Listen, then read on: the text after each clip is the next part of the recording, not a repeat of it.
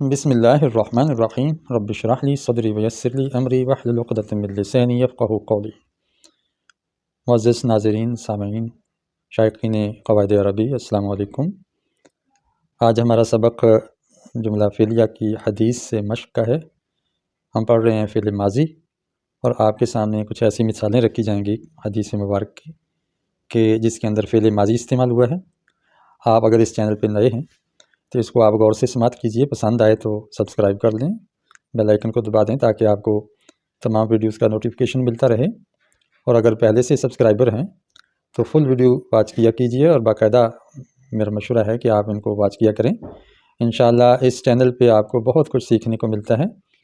اس میں قرآن، حدیث، عربی گرامر، فارسی گرامر اور خوش خطی کے اصول، تجوید کے اصول بھی دیے جائیں گے، اور بہت کچھ اسلامی تعلیم کے حوالے سے چیزیں ہوں گی۔ تاریخ اور سیرت کے سلسلے بھی شروع ہونے والے ہیں، تو جب ایک بیک وقت میں 3 سلسلے جاری رکھ پاتا ہوں، اور جیسے ہی ایک سلسلہ مکمل ہوگا تو ہم دوسرا سلسلہ شروع کریں گے۔ اس لیے آپ اس چینل کے ساتھ جڑے رہیے۔ اگر چیزیں پسند ہیں تو لائک لازمی کر لیا کریں، اس سے ہمیں حوصلہ ملتا ہے، اور کمنٹس کریں تو رہنمائی بھی مل جاتی ہے آپ کی طرف سے۔ آپ کمنٹس ضرور کیا کریں کہ آپ کو یہ ویڈیو کیسی لگی، یہ سبق کیسے لگ رہے ہیں، کیسے ہونے چاہیے، کس طرح اس کے اندر تبدیلی لائی جائے، تو انشاءاللہ آپ کو یہ ساری چیزیں ملیں گی۔ یہ زاد الطالبین کتاب آپ کے سامنے کھلی ہے۔ اس کے اندر قواعد کی ترتیب سے حدیثیں جمع کی گئی ہیں، عربی گرامر کی ترتیب سے، اور اس میں حدیثوں کے چھوٹے چھوٹے جملے ہیں۔ ہم اس لیے بھی اس سے مشق کرانا چاہتے ہیں کہ ایک تو حدیث کی روشنی سے بھی ہم منور ہوں، اور دوسرا گرامر بھی پختہ ہوتی چلی جائے اور ترجمے کے اصول آتے چلے جائیں۔ پہلی حدیث ہے، من حمل علینا السلاح فلیس منا، جس نے اٹھایا ہم پر اسلحہ، ہم پر علینا ہم پر السلاح اسلحہ، فلیس منا، تو وہ ہم میں سے نہیں ہے۔ یعنی یہ مسلمان جو ہے وہ دوسرے مسلمان بھائی پہ کبھی بھی چاقو، چھری، تیر، تلوار، بندوق، پسٹل سیدھا نہیں کر سکتا، اور مذاق میں بھی یہ کرنا جائز نہیں ہے۔ مذاق کے طور پر بھی ہتھیار کو مسلم اور مومن کی طرف سیدھا کرنا جائز نہیں ہے۔ تو یہاں من دیکھیں، من موصولہ ہوتا ہے، اس کا معنی ہے جو یا جس نے، 2 معنی ہوتے ہیں۔ تیسرا ایک اور معنی ہے کون۔ جب یہ جملہ سوالیہ ہو، استفہامیہ ہو، یعنی انٹریگیٹو سنٹینس ہو، پھر من کا معنی ہوتا ہے کون، ہو کے معنی میں۔ لیکن جب یہ جملہ سوالیہ نہیں ہے تو یہ موصولہ کا معنی ہو جائے گا جو، اور اس کے بعد اسی جملے میں فا آتا ہے، جیسے یہاں دیکھ رہے ہیں۔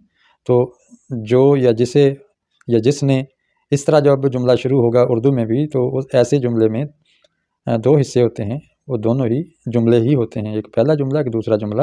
پہلے جملے کو شرطیہ اور دوسرے کو جزائیہ کہتے ہیں۔ بہرحال ہمارا سبق آج فعل ماضی کا ہے۔ من حملہ، جس نے اٹھایا، دیکھیں 3 حرف ہیں اور تینوں پر زبریں ہیں، یہ ماضی کی نشانی ہوتی ہے، پاسٹ ٹینس کی۔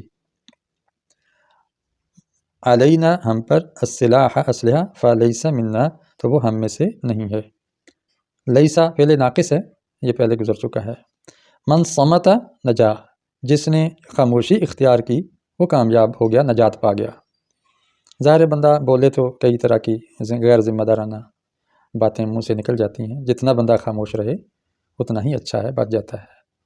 تو ایک چپ 100 سکھ کہتے ہیں، کہ بندہ چپ رہے، غصے کی حالت میں تو خاص طور پہ چپ رہنا چاہیے، کیونکہ غصے کے اندر اگر شادی شدہ کے منہ سے اگر طلاق کا لفظ نکل گیا تو وہ جدائی ہو جائے گی اور مشکل بن جائے گی۔ اسی طرح کوئی فیصلہ کرنا ہے تو غصے کی حالت میں نہ کریں بلکہ خاموش رہیں۔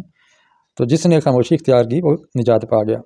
یہاں دیکھیں، صمتا، حملہ کی طرح، صمتا، 3 حرف ہیں، فا کلمہ، عین کلمہ، لام کلمہ، تینوں پر زبر ہے، تینوں پر فتح ہے۔ تو یہ فعل ماضی کا پہلا صیغہ ہے، یعنی 3rd پرسن سنگولر، واحد مذکر غائب کا صیغہ ہے۔ تا اس کے اندر مؤنث کی نہیں ہے علامت، بلکہ نہ ہی یہ تا ضمیر ہے، بلکہ یہ اصلی حرف ہے۔ فعال صمت، تا اصلی حرف ہے۔ من رغب عن سنتی فلیس منی، جس نے رغبت ہٹا لی میری سنت سے تو وہ مجھ سے نہیں ہے، تو وہ نہیں ہے مجھ سے، مجھ سے۔ یہاں دیکھیں راغبہ آ رہا ہے، راغبہ دیکھیں 3 حرف ہیں، تینوں پہ حرکتیں ہیں، زبر زیر زبر۔ ماضی کے اندر جب پہلا صیغہ ہو تو پہلے اور آخری پہ زبر آتی ہے، اور درمیان والے پہ کبھی زبر، کبھی زیر، کبھی پیش، جیسے ہم نے پچھلے لیکچر میں بتایا۔ تو تو یہاں زیر آ رہی ہے سامعہ کے وزن پر، راغبہ سامعہ کے وزن پر یہ ماضی ہے۔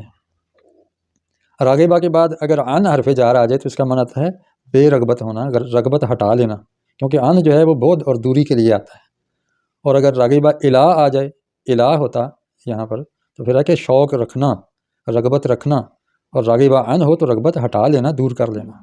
تو نبی علیہ السلام نے فرمایا میری سنت سے جو بے رغبت ہو جائے گا وہ مجھ سے نہیں ہے، اس لیے ہمیں سنتوں سے محبت کرنی چاہیے۔ پچھلی احادیث میں آپ نے واحد مذکر غائب کے صیغے دیکھے، اب یہاں دیکھیں حاضر کا بھی صیغہ آیا، اذا طبخت مرقۃ فاکثر ماءھا وتعاہد جیرانک، جب تو نے پکایا شوربہ، مرقتاً شوربہ، شوربے والا کوئی بھی سالن جب آپ پکائیں، فاکثر ماءھا تو اس کے پانی کو کثیر کر دیں، ذرا زیادہ کر دیں، بڑھا دیں اس کے اندر پانی، تھوڑا اور ایک پیالی پانی مزید ڈال دیں، وتعاہد جیرانک اور اپنے پڑوسی کو وہ دے دیں۔ ظاہر ہے آپ کوئی بھی چیز پکاتے ہیں تو اس کی خوشبو آپ کے ہمسائے میں جاتی ہے، ہو سکتا ہے ان کے گھر میں کچھ نہ پکا ہو یا اس ذائقے کی چیز نہ پکی ہو جو آپ کے یہاں پک گئی ہے، تو یہ بہت ہی اچھی ہمسائیگی ہے کہ آپ ایک پیالی سالن ان کے ہاں بھی ایک پلیٹ بھیج دیا کریں، اس سے بڑے خوشگوار تعلقات پیدا ہوتے ہیں۔ اذا جب ماضی پہ آئے تو اس کو مستقبل کے معنی میں کر دیتا ہے، یہ یاد رکھیے گا۔ طبختہ دیکھیں، طبخہ کی بجائے طبختہ آیا ہے، یہ تا جو ہے یہ ضمیر ہے، اور طبخہ یہ 3 حروف اصلی ہیں۔ طبختہ، طبخہ کی گردان کریں، طبخہ، طبخا، طبخو، طبخت، طبختا، طبخنا، طبختہ، طبختما، طبختم۔ تو یہ جو طبختہ ہے یہ واحد حاضر کا صیغہ ہے، یعنی سیکنڈ پرسن سنگولر ہے۔ تو پکائے، مطبخ کہتے ہیں پکانے کی جگہ، یعنی باورچی خانہ۔ اذا لبستم واذا توضأتم فابدؤوا بمیامنکم، جب تم لباس پہنو اور جب تم وضو کرو، فابدؤوا تو ابتدا کرو، فا کا معنی تو، ابدؤوا ابتدا کرو، بمیامنکم اپنے یمین یعنی دائیں طرف سے، جب بھی تم کپڑا پہنو یا وضو کرو تو دائیں طرف سے شروع کرو، یعنی پہلے دایاں بازو پہنو، شلوار پہننی ہے تو پہلے دائیں ٹانگ میں شلوار ڈالو، اور اسی طرح جب وضو کر رہے ہیں تو پہلے دایاں ہاتھ پھر بایاں ہاتھ، پہلے دایاں پاؤں پھر بایاں پاؤں۔ تو یہ نبی علیہ السلام کو دایاں پہلو بہت پسند ہے ہر اچھے کام میں، ہر خوشگوار کام میں۔ اب دیکھیں لبستم یہاں فعل ہے، اور دیکھیں لبسا، لبسا، لبسو، لبست، لبستا، لبسنا، لبستا، لبستما، لبستم، لبستی، لبستما، لبستن۔ جس طرح طبختہ ہے، اس کی جمع، تا کی جمع ہے تم، اور تی مؤنث کے لیے تو اس کی جمع ہے تننا۔ تو جب تم پہنو، اب سوال ہے کہ جب ہونا تو یہ چاہیے تھا کہ تم نے پہنا، چونکہ ماضی ہے یہ، تو جس طرح پیچھے گزرا ہے کہ اذا جب آ جائے ماضی پر تو اس کو مستقبل کے معنی میں کر دیتا ہے۔ اس طرح اذا توضأت جب تو وضو کرے، توضأت فخلل اصابع یدیک ورجلیک تو خلال کر اپنے ہاتھوں کی انگلیوں کا اور اپنے پاؤں کی انگلیوں کا خلال کر، یعنی انگلیاں پاؤں کے اندر اور ہاتھوں کے اندر بھی، ہاتھوں کے اندر ایک دوسرے کی انگلیاں مل جا کے، تو تاکہ کوئی خشک جگہ باقی نہ رہ جائے۔ یہاں توضأت دیکھیں فعل ہے اور تا آیا ہے جیسے طبختہ میں ہے، توضأت حاضر کا صیغہ ہے، تو وضو کرے۔